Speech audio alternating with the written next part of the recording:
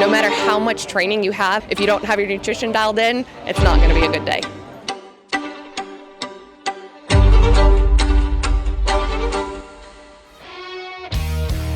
Anytime you're doing a long distance endurance event, your nutrition plan is aiming to cover three major costs. The first one is the energy that you burn in the form of carbohydrate. The second is the fluid that you lose in your sweat. And the third are the electrolytes, predominantly the sodium that you also lose in that sweat. Whether you want to perform at your best or just feel good when you're out there racing, you need to know your carbohydrate, your fluid and your sodium numbers going into the race. 100 grams per hour on the bike. 700 to 800 milligrams of sodium. Around 120 grams per hour. 500 ml an hour, maybe a bit less. So how do you work out your exact numbers? Well, it's always going to be individual.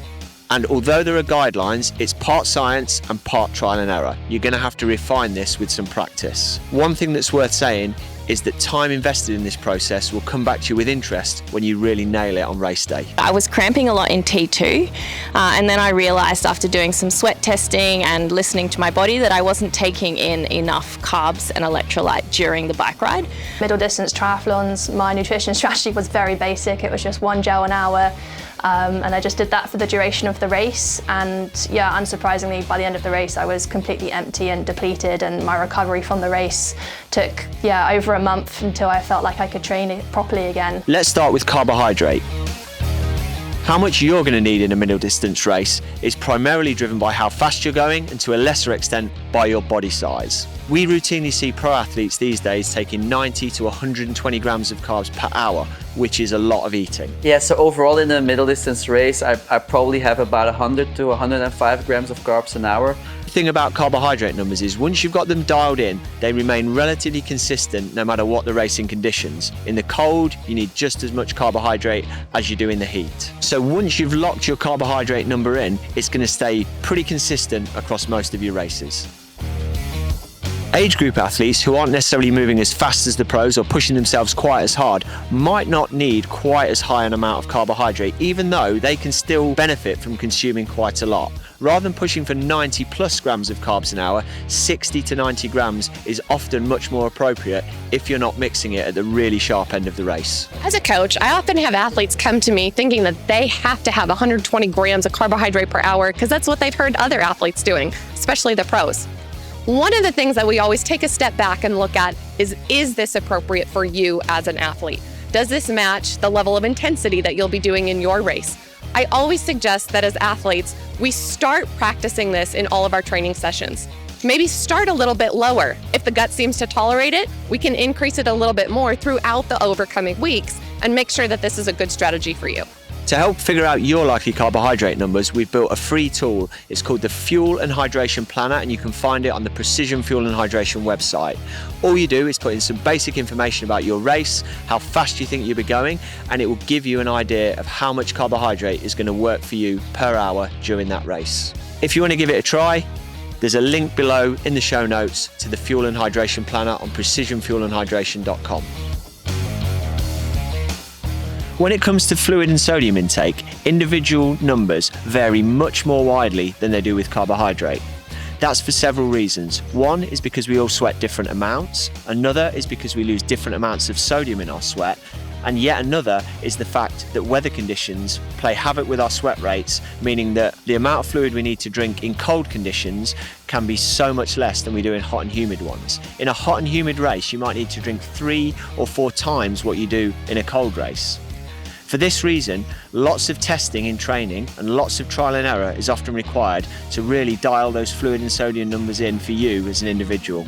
To help get ballpark figures on how much fluid you might need to replace in a middle distance race, you can do a very simple sweat test. You can weigh yourself before and after some key training sessions, ideally when you've simulated race conditions and race intensity, and for every kilo of weight you lose, that's equivalent to about 1 litre of sweat lost. To dial in my hydration amount, I've done a lot of sweat testing. So there's been plenty of days where I've had to take my scales to the running track and record the temperature, record my sweat loss over the hour, and then come to a number depending on the weather. And so now I have a spreadsheet basically, depending on what the weather is and how much water I'm going to lose across both the bike and the run. It's important to remember that when you're developing your fluid replacement plan off the back of your sweat test, you're not looking to replace 100% of those losses. It's okay to finish a race or a training session a little bit dehydrated. In fact, it's probably almost optimal.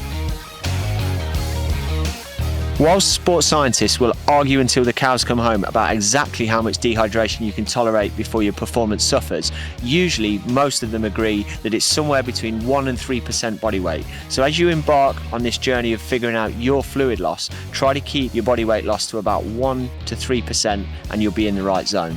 So in real terms, what does this look like in terms of how much the average athlete might need to drink per hour during a middle distance triathlon? Well, in all of the case study data we've collected from hundreds of athletes competing in middle distance races in a variety of conditions, the average fluid intake per hour sits at around 600 millilitres. The range is quite dramatic. In cold races with small athletes, we've seen as little as 200 millilitres an hour, with some of the top pros in hot conditions touching nearly 2 litres per hour if it's very, very hot. Yeah, I can normally get away with like 500 ml an hour, maybe a bit less in my races, but in hotter conditions or particularly humid ones, I find that I lose anywhere from 1 litre to 1.5 litres an hour. Another kind of sweat test you can do to help dial in your hydration is a sweat sodium concentration test. This is one that's usually performed at a lab or with a practitioner who has specialist equipment, and it looks at the sodium concentration that you're losing, which is very individual to you. Some athletes will lose as little as 200 milligrams of sodium per litre of sweat, whereas others will lose as much as 2,000. That's a 10-fold difference, and the average tends to come in at about 950 milligrams per litre. And it's really those people who lose a lot of salt in their sweat that benefit from learning that information. These people are often known as salty sweaters, and they genuinely need to take more sodium in to help maintain their blood volume, and in a lot of cases to avoid muscle cramps. Not a particularly salty sweater, but that doesn't mean that it's something that I can ignore. So I find the salt tabs are just a really easy way to keep topped up on my salts when I'm racing, and it's something that, again, I've just had to practice in my training. To put some practical numbers to sodium intake in a middle distance race, athletes on the lower end of the sweat sodium spectrum, or those that don't tend to sweat very much, only need about 500 milligrams of sodium per litre for the fluid they take in. The average sweaters, who lose more like 1,000 milligrams per litre, are better off replacing at around that rate, around 1,000 milligrams for every litre they drink. For the salty sweaters, they often benefit from taking 1,500 milligrams of sodium per litre. If you're losing that amount, it really does help your performance to get it back in the body. It's worth noting that these numbers are quoted in concentrations of sodium per litre of fluid rather than absolute amounts. This is important because the ratio of sodium to fluid is really, really critical. You don't want to just be taking in high amounts of sodium with low amounts of fluid. That can definitely give you an upset stomach on race day. So I know from sweat testing that my relative sodium concentration is about 650 milligrams per litre, which is quite low compared to most. So that's why I usually aim for somewhere between 700 to 800 milligrams. The free fuel and hydration planner on precisionfuelandhydration.com gives you an idea of how much fluid and sodium you're likely to need. It only takes a couple of minutes to fill out, and it's time well worth investing in getting this part of your strategy nailed down. Once you have a ballpark idea of how much carbohydrate, fluid and sodium you're going to need to fuel your middle distance triathlon, the next step is to put it in practice and to start training your gut during key training sessions to make sure your body can accept that fuel and hydration on race day. This is a key part of the process, but one that's often neglected and can lead to GI issues if your body's not ready to receive the carb, fluid and sodium it needs on race day. Focus on fueling all of your key brick sessions as well as some of your longer and harder rides and runs in exactly the same way you're going to try to do it on race day. That's both in terms of the carbohydrate, fluid and sodium numbers you're hitting and the products you're going to use. There's nothing better than being highly specific about this sort of training. Note down accurately and exactly what you take in during training sessions, how you performed and how you felt. That becomes a library of information that helps you tweak the numbers over time and get better at the trial and error part of the process. The good news is that with practice you can learn to tolerate more carbs and potentially more fluid and sodium if you give the body time to adapt. Over the period of a couple of years, I think I went from, kind of 60, thinking that was plenty, to really focusing on, pushing, and in the last 2 years getting over that 100-gram mark. I think I find that replicating what I do in training it helps that I can replicate that into the races, so my body knows what to expect, it's ready for it, and there's just no questions asked on race day. When I first stepped up to the middle distance racing, I was taking in about 40 grams of carbs per hour, and that was all my stomach could handle. But over the years, and with a lot of gut training, I've been able to manage 90 grams of carbs per hour, which I think is pretty optimal for me. There's a great deal of debate between athletes on how to hit your carb, fluid and sodium numbers, whether you should do that with drinks, whether you should do it with bars, gels, chews or even real food like bananas. In reality, the science suggests it doesn't matter too much. As long as you hit your numbers, 90 grams of carbohydrate coming from a drink is going to be absorbed and used just as well as 90 grams of carbohydrate from a gel. It really comes down to a bit of personal preference and also practical considerations about what you can carry and what you can get on course that drive the perfect products for any nutrition plan. What we tend to see at the sharp end of the race is that pros and top age groupers get most of their carbs from either liquids or gels. They get their fluids and electrolytes from pre-mixed bottles they carry on the bike, or they might pick up additional water at aid stations and supplement that with some electrolyte capsules. I primarily fuel my racing on liquids. That's just something that I can easily calculate. I can easily put in 120 grams per bottle on my bike, and then as long as I finish the 2 by the end of the bike, then I'm pretty happy with that. And on the run, I primarily use gels because that's just the easiest way to consume it. I had to have solids. No matter what, during a half, I needed to have solid food. But I've gotten to the point where now if I think about taking in solid food, it's something that it doesn't sound appealing to me. I've gotten very used to taking in liquid nutrition. I train with liquid nutrition. The reasons for this are pretty simple. It's easier to digest liquids and gels, particularly when you're moving fast. They also don't require any chewing, which is the case with most real foods and energy bars. Liquids and gels are also very easy to carry, and by using pre-packaged sports nutrition where you know exactly what's inside the packets, it's easy to keep a track on your numbers and make sure you're hitting them every single hour. When it comes to using bars and solid food, I used to, but as I became better on the bike and was able to ride with higher power output, I couldn't tolerate that any longer. I do have some athletes that do, but not as many. I think that people are starting to move away from the solids.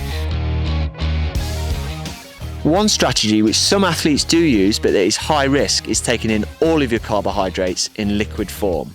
The reason this can be risky is that whilst you can theoretically know your numbers and hit them if you drink exactly what you take with you, it doesn't leave room for flexibility if things change on race day. For example, if conditions are very, very cold, it might be that you don't want to drink as much as you thought you might, and therefore you either have to force the fluid in or you leave some of your carbs on the table and don't get them into your body when you need them. Conversely, if it's really hot and you end up needing to drink more liquids, if all you've got available is heavy carbohydrate drinks, this can be a recipe for GI distress and has derailed many a race in the heat. Using electrolyte drinks and then using gels separately is critical because, you know, if your stomach's not feeling too hot, you know that you can just go with the electrolyte drink and sort of power through best you can and maybe have half a gel or something like that instead of trying to suck down a big caloric drink that you know is just going to upset your stomach even more. So the decoupling thing I think is huge. Separating out your plan so you get the majority of your carbohydrates from gels and you drink fluids either with electrolytes in or water plus electrolyte capsules is sometimes referred to as decoupling your fuel and hydration strategy. In general, it's both possible and advisable to go into a middle distance race with all of the carbs and most of the fluid and electrolytes you need already on the bike for that section so you can be self-sufficient. You still need to know what you can access at the aid stations and where they are, just in case there's a problem. You drop a bottle or you feel like you need more because it's a hot day and you're more thirsty. But at the end of the day, if you can be as self-sufficient as possible, that really does take away a lot of unwanted variables that could otherwise ruin your race. On the run, you should also be pretty self-sufficient for carbohydrate. Most tri-suits will allow you to carry enough chews or gels to see you around 21.1 kilometers. What you might well end up picking up on the run course is your fluids and possibly your electrolytes. For this reason, you need to know how many aid stations there are, where they're going to be and what they're going to be serving so you can decide whether you can pick up electrolyte drinks and water or whether you're going to need to carry some electrolyte capsules with you to hit your numbers. Before we get into some final tips and tricks for you to execute your fueling and hydration on race day, it's worth a quick detour into what you're eating and drinking in the 2 days before, because how well fueled and hydrated you are on the start line can also have a massive impact on your performance. Carb loading is a very old tactic used by athletes. It's been around for a long time for a good reason. It is very effective. It helps make sure you hit the start line with full glycogen stores. When you're fully carb loaded, you've got enough energy on board to go at a high intensity for 90 minutes to 2 hours, which is why in a middle distance race you also need to supplement on top of that with additional carbohydrates during the race itself. A proper carb load starts about 48 hours out from the event, and it involves eating between 8 and 12 grams of carbohydrate per kilogram of body weight. That is a lot of food. For an average 70 kilo guy, that's going to be between 560 and 840 grams of carbohydrate per day over 2 days. It takes an organised plan to hit those kind of carbohydrate numbers, so you've got to think about what you're going to eat in those last 2 days and make sure you've got access to the right foods. I'll probably plan it the week before, just so I know that on this day that's what I'm eating, and I'll aim for probably around 10 grams per kilo, just because the science says so, and you know, having a good carb load means that you will perform better. The 2 days leading up to the race, so I'm racing Saturday, Thursday, and Friday will be really heavy days, and I'll be upwards of 500, 550 grams of carbs in those days. Previously, it was pretty foreign for me to be able to, you know, have bags of Haribo, have massive bowls of fries and massive bowls of pasta the day before the race. Seemed a bit weird, but my numbers went up from about 400 to 500 grams the day before to 800 to 1 kilo of carbohydrates the day before the race. As many triathlons start very early in the morning, eating a big breakfast can be quite a challenge. And the good news is, if you've carb loaded effectively, you don't need to get a massive breakfast in you before the start. The point of a good breakfast before a middle distance triathlon is simply to top off your liver glycogen stores, which have been burnt through during the night while your brain's still been active, helping to keep your blood sugar levels up. The science suggests 1 to 4 grams of carbohydrate per kilo of body weight 1 to 4 hours before the start is all you need to get a little bit more energy in the system, so you're ready to go when the gun goes off. I usually have a bagel and peanut butter, and for races I'll probably also have some rice and some honey too, just to get some extra carbs. My pre-race breakfast is the same for every single race, and it's relatively easy to find everywhere around the world, so I've done that on purpose so that I can find my nutrition wherever I go. It's 2.5 hours before. I consume 3 pieces of white toast with butter and Nutella. I also have a banana, and then I have a coffee as well, which I take my AeroPress everywhere with me so that my coffee is consistent. Usually eat like rice or bread with some honey or marmalade on it, but nothing too fancy, too heavy. My pre-race breakfast I have probably about 2 to 3 hours before the race, depending on the start time, and I just go for rice and honey because good carbs, and also I actually enjoy it, so it's super easy to eat. It's quite common practice in middle distance races for athletes to take a gel about 15 minutes before the start, and quite often you'll find that's a caffeine gel. This is because the sugars in the gel hit your system after about 15 minutes, so they're there and ready for when the swim starts, and the caffeine takes more like 45 to 60 minutes to peak in your bloodstream, so you're feeling the effects of that as the race really gets underway. 1 hour before race start, I take a PF gel, just a normal, and then 15 minutes before I have a PF caffeinated gel. An hour and a half before the race, I would start drinking more carb drink as well, and then have a gel with some caffeine just before the race as well. When it comes to pre-race hydration, you can't do what you do with carbohydrate. Your body can't store loads and loads of water that you drink in the days prior.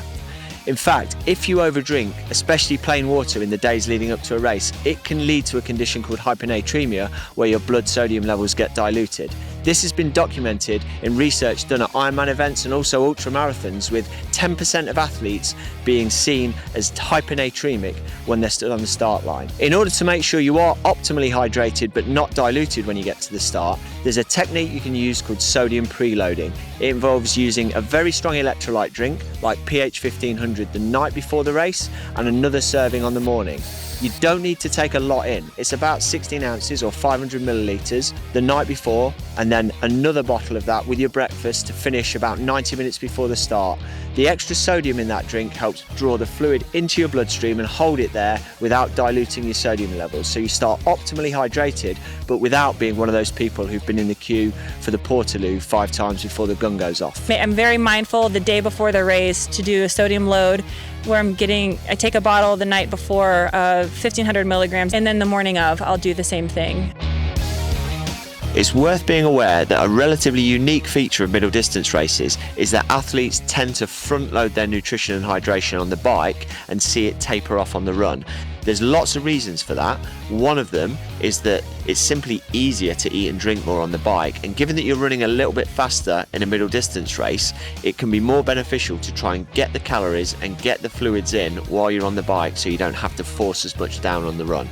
So I definitely take in more carbs, fluid and sodium on the bike than I do on the run. And I'm on the bike a lot longer than I am on the run, but it's also a lot easier for me to get in nutrition on the bike. My stomach's not jumping up and down. I'm not usually redlining with my heart rate, so it's a lot easier to consume and digest nutrition. So I tend to front load most of my nutritional carb intake to the bike, just because you're sort of lying down comfortable and you have your hands available to eat and drink, and I just find it a lot more easy to digest. When it comes to the run, I do drop my intake quite a bit, probably about by half, and I find that it's enough to sort of get me through the race, but also it just means that my stomach's not jumping around. So there you have it. Everything you needed to know about nailing your fueling and hydration for a successful middle distance triathlon. Remember, use the free fuel and hydration planner at precisionfuelandhydration.com to start to nail down your numbers. And if you've got any specific questions, you can always book a call with our brilliant athlete support team who want to talk to you and resolve those race nutrition questions.